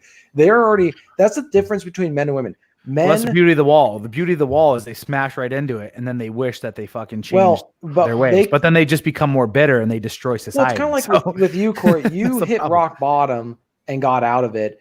When women hit rock bottom, they go and get a tarot reading, hoping that it'll all work out. Or they convert over to Christianity and they try to find their beta. Right, they find God. Yeah, exactly. Yeah, they find God. But that doesn't change like their value in terms of like what they have to offer. Whereas a man can lose what he's built up because it's outside of himself, right? So a man can lose his wealth, his stuff. But the value he brings to a relationship is also what's in his mind and with his skills with his hands. So he can still regain what he's lost. Let me push back on you real quick, just because you said they don't lose their value when they hit the wall. They do lose their value 100%. The thing is, though, just like what happened with me when I hit rock bottom, I had to transform. It's the same thing with a woman. She's going to have to transform into a more individualized individual. The problem is that when women are met with this stuff, they grab onto all these other things that try to make them feel good while still holding on to the power that they had in their childhood, right? Where people gave them everything. So what they do is they tear down the remainder of society along with them. So instead of investing in themselves and becoming a better version, right? And understanding these things, because here's the biggest thing. This is the kind of the central thesis of my new book that's coming out, is the biggest thing that's been hidden from us is the sexual marketplace, the knowledge and understanding of the sexual marketplace. It's the oldest standing marketplace in history. It's the first ever marketplace. It's the first ever exchange of goods and services, so to speak, based off of value. And it's just based off of you as an individual, which is the premise of everything that I talk about. Your value as an individual, right? Are you value added or are you fucking, value lost? And the thing is, women are taught and they're given this fucking mindset that they're going to be princesses when they're younger, and then when they get older they're going to be queens. But the problem is it's the opposite. They're princesses when they're younger, and then they become fucking barren old widows that get fucking pushed away into the dregs of society when they hit the wall and they haven't maximized their value. Right. If they didn't invest things properly, they legitimately go bankrupt. They go spiritually bankrupt as well, right? And that's why they turn to all these fucking woo-woo other things that make them feel good. And then they fucking fight things like the patriarchy, because it's not them for investing poorly. It's men and men's sexual strategy that fucking destroyed them. It's Here's like, an no, example, all you needed. though, go ahead. Of a man, Robert Downey Jr. This is a guy who basically was destroying his life. He was doing the whole drug thing. And yet he managed to pull through that. And I wouldn't have known watching any of his films that he had a massive and profound drug problem.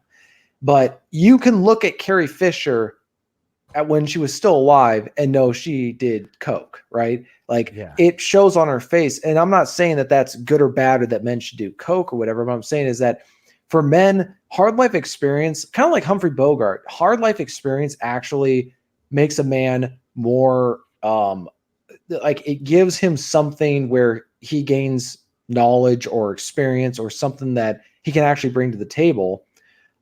Whereas when a woman does the same thing, she comes out of it, it tends to not bring anything positive like wisdom or whatever. Now, I'm not saying it's not possible, but not in our society where they're constantly being told that that's not what they should do. Men, like Robert Downey Jr. walked away, got cleared out of that. He got through his drug problem, and now look at him now. Like, would anybody in the 90s have thought that this guy was going to be, the hottest Hollywood star, make millions of dollars, and basically be able to write his own ticket?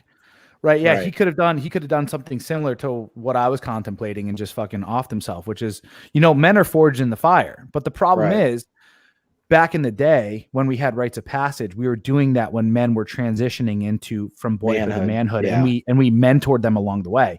Instead, what our society does is we just kind of throw people in the fucking deep end and don't give them any fucking knowledge of how we'll figure it out. Crazy. Well, we don't give them any knowledge of how crazy life can really get. Like for me personally, when I was a Marine, I was like, fucking PTSD, that's some bullshit. Like, that's just some made up fucking whatever. I can mentally get myself out of this. And then the next thing you know, like, I didn't realize I was running away the whole time. And the second I stopped to take a breath, I call it a monkey. This monkey just fucking lashed onto my back and started tearing my fucking jugular out. And I'm like, oh, fuck me. You know what I'm saying? And that's the thing too, that we're doing with the sexual marketplace, right? So first things first, we're not teaching people about the sexual marketplace and teaching them how to invest their value at their peak sexual strategy. So most women are going to sit here and say, oh my God, Corey, you're so misogynistic, telling women to get married as virgins at 18 to 22 and all this other shit. You're the patriarchy. It's like, well, you're right. You're right. Well, the thing is, though, the patriarchy. Right. Well, that's the thing too, is women don't want to admit that they need to be led by men, especially from those ages. Because the thing is, from 13 to 18, this is going to sound insanely crazy, but the second the fucking eggs drop out of the fucking uterus, we smell that shit. The bears smell the menstruation. We're like, oh, that fucking bun is cooking. And when she hits that fucking prime number, boom, like, it's time to do that. So even before that, we're like treating women like fucking princesses. They can get away with fucking murder. We treat them all sweet and fucking nice and all this other shit because that's part of our sexual strategy. The thing is, though, and we start to see it just like what you're talking about. When a woman's 30, 34 and they try to apply the same standards to men, we're just like, ha, that's funny. That's funny that you think that. Like, move along or just come over here and. Well, you know what they start acting like? They start acting like a beta male. That's do. A good one. Yeah, I like they start really... the same desperation, the same strategy. It's actually kind of funny. Is they start being really, really nice to a man. They start doing all this stuff, and the problem is that it's not that men don't like girls who are nice. It's just that's not the primary attraction. It's physical looks, youth, beauty, fertility, right? We can sense when a girl is no longer really like that. She's past that point, right? She can be the nicest person in the world or kind, but you may think of her as like you're friendly towards her, but you're thinking you're not like you're you're not like, no, it's not even going to happen. It doesn't even cross your mind. But yeah, they're acting like beta men because that's what beta men think they do. Yeah. I've never heard it put that way, but you're absolutely right. And usually what it comes down to, I guess the term beta should apply to something that isn't operating in its prime sexual strategy, or has lost, or thinks that they have lost in their peak in the sexual marketplace. Does that make sense? So yeah, it's like you talk about, because betas realize that they're not the prime selectors within the sexual marketplace. So they rely on creating these contracts and doing a bunch of manipulative stuff and all this other shit and trying to play nice in order for them. Because rule number 1 is survive. Rule number 2 is procreate. That's the base level of what we are as an organism. Rule number 3, in my opinion, is evolve, right? This is a subconscious drive in all of our minds. It dominates every aspect and action of what we do, right? You as an organism, number 1 is survive. Rule number 2 is to procreate, because that means that your genes, that like life just wants to continue living. And the best strategy is to, promulgate your genes. Number 3 is to evolve, because we need to continue to evolve the species to adapt to our environments. And we know that the environment is constantly changing. So that's what everyone's doing. This is, essentially what are we all doing right now? Well, we're doing something in order to help men out and help our species survive. But at the same time, on an individual level, we're trying to become movers and shakers within society and get social accreditation, which means that we're going to have higher access to women and higher access to resources. The two main things. That creative drive that all men have. Absolutely. Yeah. Yep. So I like what you said there, TJ, because I never drew that correlation. So I've just noticed that for a little while. That's awesome. I've just noticed that from women who are older, who are in their 30s, they begin to realize that they can't compete anymore. Where they're finally acknowledging that the man's SMV is higher than theirs, so they have to compete for him. Women in their prime don't do that unless it's a guy who's super alpha, like genuine alpha male, whatever. That's when she's actually going to behave. But most of the time, I can't remember who put it this way, but someone said that women in their early 20s are the rock stars of the SMV. They're just they don't have to do anything, because the social proof is there. They just have it. They're born there. And that's what I'm saying. Genetically, that's their sexual strategy, right? They're born already at peak sexual value as they mature. That's why also you'll notice this. Women don't really mature past the age of 18. They don't have to. They really don't have to. And it's not until the wall comes in and has to transform them. Well, I think number 1, the thing that actually transforms them into a woman is childbirth. That's their spiritual. That is their spiritual transition. For men, it's a no kidding rite of passage and years of masculine mentorship. Some would even say war and a whole bunch of other shit. But for women, it is rearing a child. When they realize that they fucking pushed life out of their own fucking body, and they realize, holy crap, I am no longer the fucking center of the universe. If that makes sense to you. Yeah. The other thing too is this. I even tie and correlate it to, that's their rite of passage. I think we need to go back to a time frame where women no longer receive epidurals during childbirth.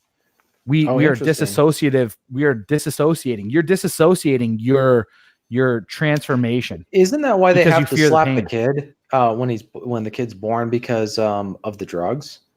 That's what I've heard. No, that was the slap was always there. Oh, okay. You even go back and see that. You go back and see that in old cartoons. Oh, gotcha. Yeah, I think that it's going to be interesting to see what happens with that, because another thing is that if there's a destabilization of the government, men are going to be free to express their opinions more and more on stuff, because this is my gut feeling. At the root of all men's subservience to a woman is the realization that she ultimately has the power or ability or capacity to get another man to do violence against him at the drop of a hat. That's just my gut feeling, is that if it really came down to the wire, if it came down to it between this man and this woman, if a woman gets disagreeable, let's say that a guy's, arguing with his girlfriend at the bar, and she just gives him this look like, all I have to do is say the wrong words and 3 drunk guys will come and beat the crap out of you because I said so, right? Like he kind of like what was that movie, Silver Linings Playbook, where Jennifer Lawrence's character just screams, "He's harassing me," and immediately all these white knights come to like go on him. And when they're in the parking lot outside the theater, or whatever. But it's like, that's all it takes is all a woman has to do is point a finger at a man and accuse him of something, and men will come stand up for her and possibly do violence against him. I think all men have either seen that or they sense that, like they know that will happen. But if you're this is a scenario I've always thrown at people. Let's imagine that there's a guy and a girl and they're thrown into the wild, like there's a plane accident and they're the only survivors or whatever. Do you think feminism is going to play a role in that? No, because there's not a third man, there's not a second man there to force the guy to do what she wants. Well, the thing with feminism is feminism didn't come around until the government had a monopoly on violence. Right. And that's essentially what the separation. Well, that's what the founding fathers wanted, was a well-armed and regulated militia, because that was a checks and balances to government's violence. Once the government had a monopoly, the military-industrial complex, on violence, now the government became 100% alpha. Right. No man could ever stand up against this military. So therefore, what's a woman's hypergamy turn to? Well, it turns over to the government. Right. No, I'm serious. The police force, true. whatever, what have you. So now they realize, hey, I got checkmate in any type of relationship when it comes to it, because there's a bigger alpha in this fucking world. And guess what? I'm going to placate. I'm going to play to that. You as a man have no fucking real rights, because guess what? The real patriarch is the government. Well, and then I would even say too, there's a reason why women turn over to Christianity as well. And that's because the church and Jesus has the most fucking dollars and the most real estate in the world as well. So they bounce between the two. That's why you'll see these women convert to feminism and be a Christian at the same time, because guess what? She's got her fucking hand out and her ass up getting fucking money, and there's no real consequences for any of her actions. So you know what's funny is during the time of the Roman Empire was the exact opposite. That was the day and age when a husband had the ability to kill anyone in his family. He had the lawful, from what I understand. I may need to, that may have been qualified, but I know that at least with the patricians, they could just kill anybody, because that was just the way that Roman law understood it was. So back then, at the time of the Roman Empire, at least in 30 AD or whenever, the Roman law was on the side of the husband. Now we have the exact opposite situation, and maybe it changed. Completely powerless. Completely powerless. Yeah, I mean, can you imagine a situation in which, we're not even talking about that. We're talking about just where people are genuinely treated equally, but we've learned that isn't ever possible. You're never going to be treated equally because people aren't men and women are not the same. So holding them to the same standards is not realistic, and inevitably, women always talk about equality, but it's an Orwellian. It's doublespeak. It's saying the only way for us to be equal is for men to be subservient, right? The only way for it's like if you look at any. Either that, or you look at any kind of society or communist regime that's tried to implement egalitarianism, they just end up killing everybody, because that's the only way that you make everyone equal, is just by killing them. Because only death makes people equal. I agree. I think that we've been berated down for so long, especially over the last 70 years, of using violence, because that is essentially the tool of masculinity. We've been beat down so much so that all men in society are pretty much, they cuck themselves. They've cucked their greatest trump card. And I think that's ultimately too, we're seeing this, what ends up happening, like with all these single mothers, what's up with all these fucking school shooters? What's the reason why they actually go out and they do all this crazy, why they go crazy? Well, it's because their masculinity has been stifled for so long that they only have one channel. And it's like, well, I'm just going to fucking go out with a bang, because I have, no one has taught me to channel it. My mom is usually fucking toxic and crazy. So I'm going to do what the ultimate masculine thing is. And then, the fucking feminists get the point and sputter and all this other people that whatever. And they're like, see, toxic masculinity. And it's like, no, the fact is he didn't have a nurtured masculine, because he has a mom that has destroyed the fucking family unit. She's completely crazy. She's turned over completely to her hypergamy and solipsism. And she's pushed that all on her own fucking child, who has now gone crazy. because of the crazy environment that they're in, right? So that's essentially also what it could come down to. TJ's over there stuffing his face. What do you got there? What is that? What are you eating? It looks like a cake. Cracked black pepper turkey. Oh, okay. Damn. Is that boar's head or it's just regular deli meat. what does that mean? It's just I'm deli just meat. I'm just busting your balls. I'm messing with you. No, I think it'll be interesting to watch, but I think that for men, particularly men, you know, the whole discussion with men were talking about with the, you know, pro-marriage group or, you know, legacies and all this other stuff. My thought is that the important thing that you keep in mind is that the tables could turn soon, where instead of having to pursue or being the buyer, you're the seller, right? And what that means is that we could be in a situation as a society where this is another thing that I think has fundamentally changed stuff, is that a man's value in the eyes of a woman fundamentally changes when she needs a man for physical protection and safety. And I think that that's one thing that modern civilization and a welfare state and a government, a value that men provide to a woman that they've taken away. Just not like saying it was nefarious or diabolical, but just I think it was. I think it was, to be honest with you, if I'm going to be real. I think that people that understand power and understand this like the base level of stuff, they realize that the truest sense. So let's get into archetypes real quick, right? The king archetype is something that every man really truly aspires to become. So if there can only be one king, how can you make it so that every man can somewhat have some semblance of the king archetype? Well, the sense is this: you allow him to be the king of his own family. And that's where the nuclear family comes in. It's the lowest level of individualistic power, as well as having that kind of king archetype. You can be the king of your own castle, so to speak. Right. Well, when the government grows so big and they have a monopoly on violence, and when you're not able to act out in your own masculine drives, and they take the role for that, you end up creating a society of cucked men, right? Because half of them are going to choose to stay this way, and then, well, more than half is what we're seeing. But it ultimately leads, and what we're having a conversation about is ultimately happiness. So happiness is freedom. Freedom is happiness. A society that has the ability for you to be free in your own right, in your own domicile, I guess, is really what it comes down to.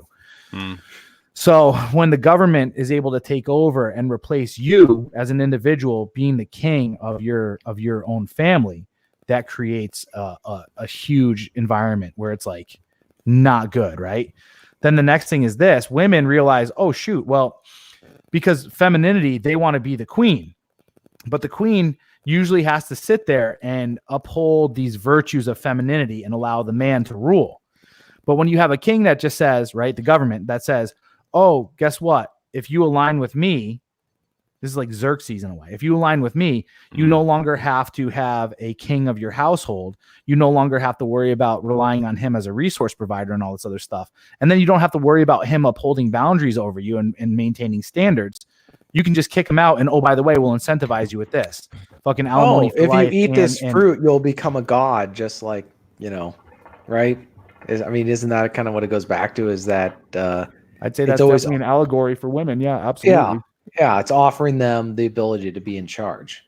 I mean, you know what's funny though? I've noticed also about this whole thing is that girls like to be in control. They don't like to be in charge. And what that means is that they will seek out, if they are in charge, they will seek out a man to defer to, right? And that's not the thing is, that's not a bad thing. And men who are egalitarian or believe the whole blue pill thing will resent women for that. Well, that's because the women aren't deferring to them. Well, right. The reason why. But it's just, I think that's another interesting thing to look at it from. But yeah, it's men should that has to go back. That's what it's got to go back to, is where a man is the king of his castle, the lord of the manor. He's got to be treated as such. And until that happens, because that is collectively a whole bunch of individual men who see themselves as kings in their own right, they're going to take that and bring that to the table as a society and culture. You're going to see a very strong culture. You're going to see a very strong society. And the thing is, though, going back to it, like Leonidas, if you have a king that says, "Hey, I'm the king of this land and the king of society, but I'm man enough to realize this archetype and that you have the say in your own household, and you should be, and you can be, and you will be the king of your own domicile." I think more men will realize, because on the scale of things, we are hierarchical in nature. Right. We realize that not every man can be the king. Right. But as long as you give them a sliver of hope and you have a state or a government or whatever, right? In my case, this would be like a monarchy that supports that notion. More men would be on board, where it's like, okay, at least I'm being treated with some level of respect. I'm no longer just I'm not a servant to the king. Instead, I'm serving a king that recognizes and realizes the truth of reality. And I support that. I support that notion. Now let's fix fucking society. You know what I'm saying? Yeah, guys. That's the thing with the defining feature of if you look at Vox Day's socio-sexual hierarchy, men like betas don't want to aspire to be the top dog. They want to be the lieutenant. They don't want to overthrow the rule of the leader. They want to support him and back him up and be the lieutenant. Right. What they want in return, everything is a pecking order. Yeah, go ahead. What they want in return is what? What they want in return is appreciation and loyalty from the leader. And frankly, everyone but the Gamma is accepts that. Deltas are just the average guy. They don't aspire to be the leader, the head honcho, the whatever. They'll just go along to get along. They'll go along to get along. They just want respect for being good at and being competent. Gammas are the only ones who are saying, no, I'm the secret king. I should be in charge, and I'm going to overthrow the order. And unfortunately, as we're writing in the Masculine Geek Handbook, the Gammas have been taking over institutions in geek culture, but also in elsewhere, because they fit within female way of communicating and interacting much better than regular men. I would say that almost everything up to this point, even the alphas, betas, deltas, and gammas, have been pretty much usurped into the feminine control. That's what we've seen at least over the last 70 years. And I think we're starting to see a resurgence where we realize, this was a nice little experiment to try out. It was nice to kind of try this little fairness thing after we got beat down by all this shaming and guilting thing. But I think that people ultimately realize that the key and the goals, the direction of finding happiness is not in the direction of the feminine, because it's just too the goalposts are moved all the way, because women, like I said, don't believe in boundaries and barriers. They want everything to just be free flowing and egalitarian. It's like, wait, whoa. Millions of years of evolution has taught us genetically that we belong to a hierarchy and that we feel most stable in a hierarchy. It's almost like, for people, for women, discipline, well, for me for a little while too, discipline felt like it was tyrannical. But like what Jocko talks about, discipline is freedom. Knowing my role and knowing my space within this role, it's kind of like what you're talking about with the betas. The betas are happy because they're like, oh, fuck, I know my role. And I'm happy to be appreciated for this role and what I contribute. You know what I mean? Right. And that's actually where everybody is. And that's kind of the same thing right now too. That's the same thing too, where women are at. It's just that women have been shit testing us because we gave them power. And we've got the beautiful part, believe it or not, of what we've seen over this experiment though, is up to this point in our evolution, we've kind of understood how evil women could be, but we've kind of created this falsified narrative because we men were too busy building things. So we're like, oh, they're just women and they're cute and they're cuddly and we'll just leave them over there. But what we got to see was like what would happen when women held onto the ring. Right? Before it was like, oh, maybe no, seriously, right? I love that analogy. That's perfect for Masculine Geek. Absolutely. So, and what we got to realize is, holy shit, not only are they evil, but they're fucking evil to a fucking nth degree of like, men are better holding onto this ring because women are fucking nuts. Holy shit. You can't give them power, right? You give chaos power and what happens? It's like whoop, fucking craziness, just utter fucking complete chaos. And it's like, oh my God, we need to tamp this down. This is crazy. So even what you said, like, I'll tell you what it comes down to. And this is the approach I take in dating, and I try to teach men when it comes to dating. Whenever a fucking relationship becomes boring and monotonous, a woman is going to start to fucking shy away. So you got to create these ebbs and flows in the relationship, and you got to be the one to manage it. That's actually what seduction and attraction and arousal is within a relationship. You got to be the arbiter of that. So you got to know this going into a relationship, like, holy crap, if this stuff doesn't happen, like, naturally, like, I got to be the one to control it and create it. Now, women don't like to be in control. I'm going to push back on you on this one, TJ. They don't like to be in control. They don't like to be in charge. What women like is they like to have, it's just like a fucking horse, right? Like a wild stallion. Create the fucking tamed. Boundaries. They want to be tamed, but they don't want to be too tamed. Like if the pen is this big, they're like, oh, fuck this shit o'clock. This sucks, right? Like I want to fucking rebel. But the thing is, give them boundaries that are far enough where they can have fun, but it's contained, right? And that's kind of where we are. So what we talk about quite a bit is create a safe container where she is just able to operate in her feminine and feel safe to operate in her feminine. And that's really what we got to do. So we can't create rules. That's why when I talk about this now of how to structure civilization, right? There needs to be marriage. There still needs to be marriage, right? Like I'm anti-marriage right now because the laws are just fucked, but we need to have a society where there's marriage. Why? What is marriage important for? Well, all it is an agreement of two people coming together to say, hey, we're going to have fucking kids and we're going to be partners in this because kids need a masculine and feminine role model in upbringing. Like I was talking about earlier, we need to commit to this stuff. So that's why we're married. We're going to cohabitate and we're going to take care of one another. Now, the thing is, and this is the biggest change, this is where religion got it wrong, is they said, oh, we're going to be together till death do us part for forever and fucking ever and eternity and all this other shit. And it's like, for both people, oh my God, whoa. That's a long fucking time. Like, I don't want a part of that. And for many years, people bought into it and they're like, oh, this is cool and happy and leave it to beaver type of shit. But the reality is people, you can't be around the same person. I mean, let's just say maybe there's 40% of the population that can do that, but there's another 60% of the population that don't want that. So what you need to do is you need to remove the stigma of once the kids reach a certain age. In my opinion, it's 13, because in the society that I'd create, kids would go to a finishing school. Men would go to a masculine school. Girls would go to a feminine school. They'd be there like a boarding school and you could see the family on the weekend. But at this point in time, the contract would say something like this. When our youngest child reaches the age of 13, we can renegotiate terms on whether this marriage is going to continue.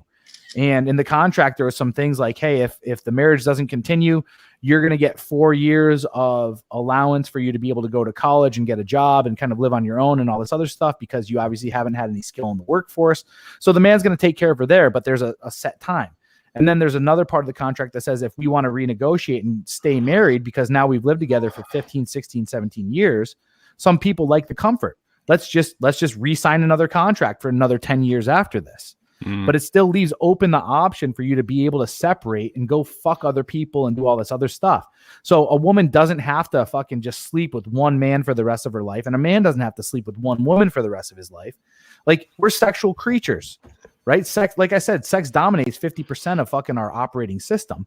Why are you gonna make someone be married to someone and sleep with just one person for their whole life? That's boring as fuck. You feel me? So that's I got a question for you, Corey, on this. So theoretically, let's you're the whole idea of being able to renegotiate a marriage contract, but also it being an equal contract, right? Where people are, and I agree with you about the whole state of marriage. And I'm not going to be adding anything new on that. But here's the thing, though. Under your scenario, people would actually have to earn or keep their spouse. And they wouldn't be able to take them for granted because the contract would be coming up at a certain point. And so I think that would be an interesting thing to bring into into play, because what it would do is it would cause spouses who are like, because right now it's like the woman really doesn't have to do anything once she gets married, right? She can gain 30 pounds. She can do anything she wants. she doesn't have to worry about it. And especially depending on the state, like Jeff Bezos' wife or whatever, she could have never had sex with him at all during the marriage, and then, waited through the years and then collected her check when she got out. What that would do is, I think, is it would cause spouses to appreciate each other more, because if they genuinely like the other person, or they just like, I don't want to go out and do the whole dating thing or trying to find another person, but I can't just expect them to stick around. I got to do something for them. That's why I like the contract aspect of this, because that the contract is coming to an end. Not to mention that you should have some of these stipulations within your contract. Hey, listen, if you want the contract to continue, or if you want me to stick around during this contract, you will not go past a certain weight. Right? Like, why not negotiate those things? I'm all about it. I'm hiring you as an employee right now, is really what it comes down to. So you will not bypass these things. And I think that would cause a change. I think that would cause a fundamental if the standards are no longer covert contracts, but instead an overt contract of, hey, this is what I'm looking for and all this other stuff, and we understand the sexual marketplace and what each other's value is within, it's going to motivate people to stay within the terms of the contract. If I sit here and say, listen, we're going to have paternity tests after each one of our children, guess what? She's not going to be fucking dipping out and sleeping with other dudes, right? Because if I find out the child's not mine, guess what? Contract's over. You're no longer under my roof, and guess what? You get no stipend, right? Well, you're out on your own. Yeah. Well, think about it. You're out on your own. Contract where, let's say that by the time the child's 13 years old, the man is 38 and the wife is 37, right? They're roughly the same age. Just as an example for people. Okay. That woman knows that man can go get a younger woman. Right. If he decides not to renew the contract, that was part of the agreement. He's not back. He's not going back on his word. He's not betraying her. What do you think? He's at peak sexual marketplace, and guess where she's at? She's post wall. So right. What do you think? You're going to have to bring some value to that fucking negotiation table in order for her to stay in there. So your question is, what do you think she's going to do? Think about the quality of the marriage before that. She's going to be doing everything possible to make it so that he doesn't even want to think about that. I agree. That would totally change, completely revolutionize the way that marriage is done. Well, let's say at 37, right? She's 36, you're 37, and you renegotiate a contract for 10 more years. Right. Okay. Now she's going to be 46, and you're going to be 47. Still peak sexual value. If you're still earning more and more, and you're building more status, and you're building more wealth. Mm-hmm. And over the next 10 years, she's declined in all her duties and all this other stuff. Hey, guess what? So what do you think is going to happen as well? She's gonna stay in shape. She's gonna be the most agreeable. She's going to be cooking dinner. She's gonna be cleaning the house. She's gonna be doing all this stuff. She will not be nagging or complain about anything unless it's absolutely necessary. No, this is what I'm writing about in my book. I'm talking about how this needs to become. No, I'm serious. Like this needs to become the standard. The state should have nothing to do with it. Each person should be their own business entity, and they should come into an employment contract with one another. It's really what it should come down to. And the terms should be agreed upon. And that's why, like I talked about, from 13 to 18, women will go through like a female finishing school. One of the biggest things that people brought up earlier is like virgins are boring. Why not have sexual mentorship in as part of a female school? Obviously, they can't burst the hymen or anything like that because you want them to remain virgins, but you teach them in some way, shape, or form how to perform sexual acts on their husband, right? So that they're not. I mean, we got toys and all sorts of other stuff. We got fucking decades and decades worth of porn. So I mean, you could go through and you could teach women all this stuff. But then you could also teach them how to be feminine and how to be, I think the main thing for men is that, whatever. Comment. I think the main thing for men when it comes to sex is that they're not concerned with how she is whether, let's say, a virgin or whatever, she's not the greatest in bed.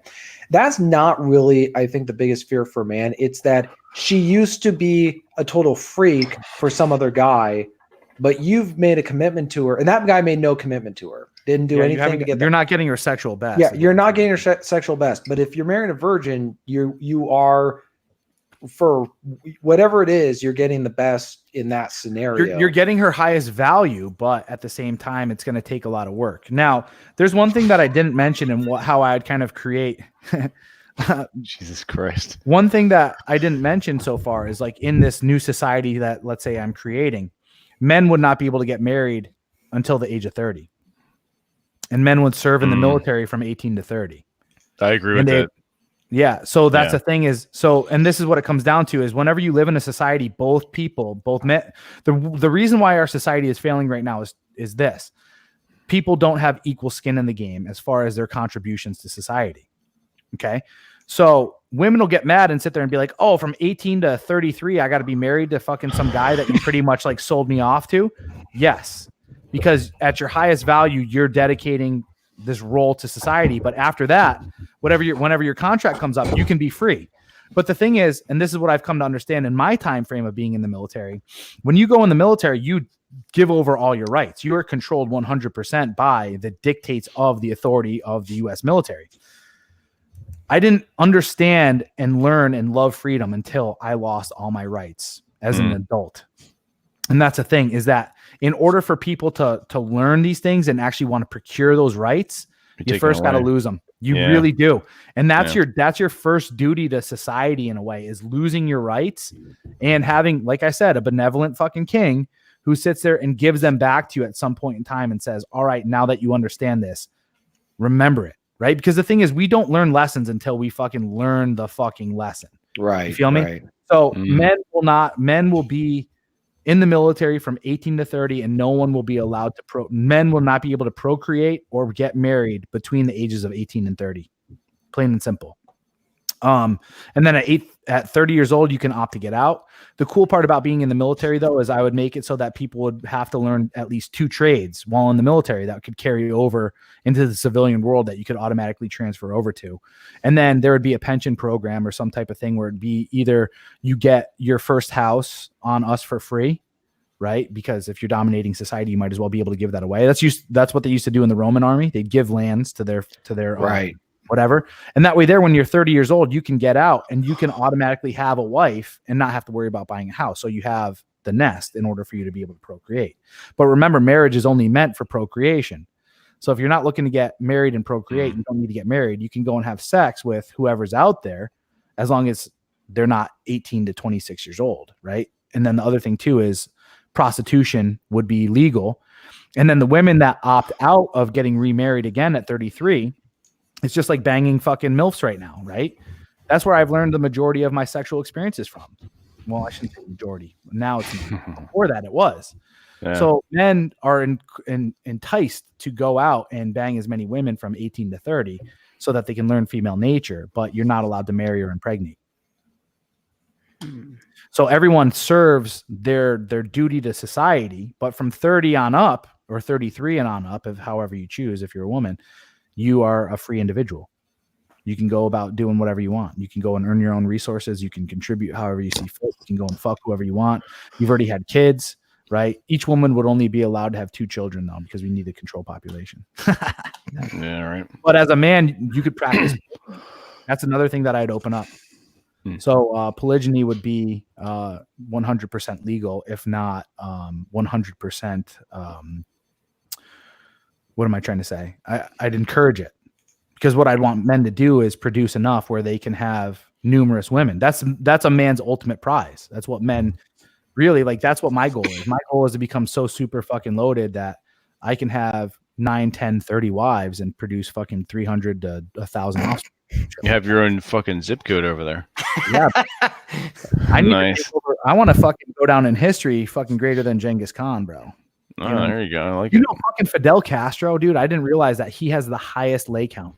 He was a fucking pimp. That guy. That fucking scrub. That's plus women, dude. He'd have a woman delivered to him once after fucking lunch. A new woman every single day. Once after lunch and once after. That scrawny lawyer fuck. Yeah.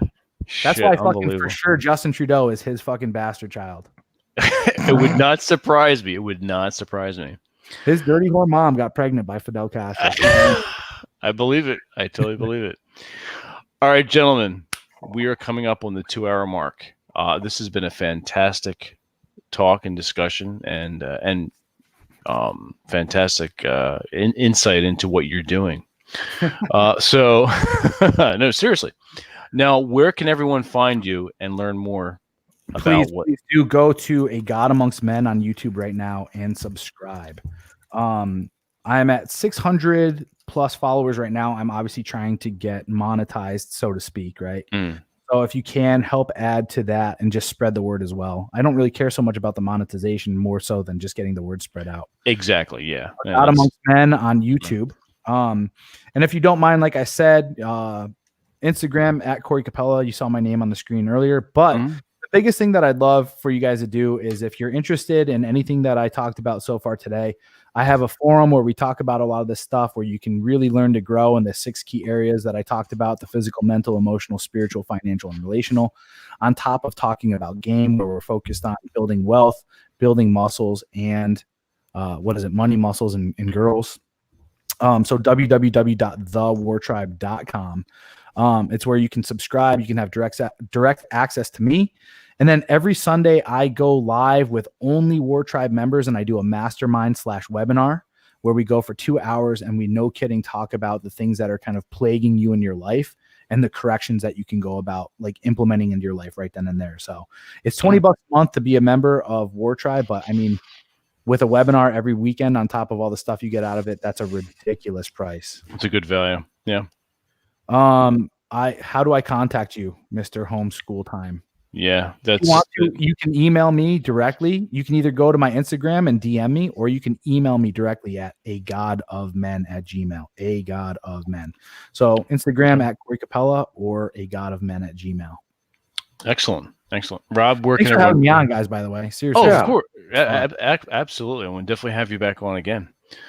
Rob, where can everyone find you? robsays.net. There we go. Short and to the point. TJ, going to be brief? Yeah, tjmartinell.com. There you go. And masculinegeek.com for myself. Okay. Everyone, homeschool time. Yep, there you go. Everyone, enjoy the rest of your week. Enjoy your upcoming weekends, and we will see you next Wednesday. Have a good night.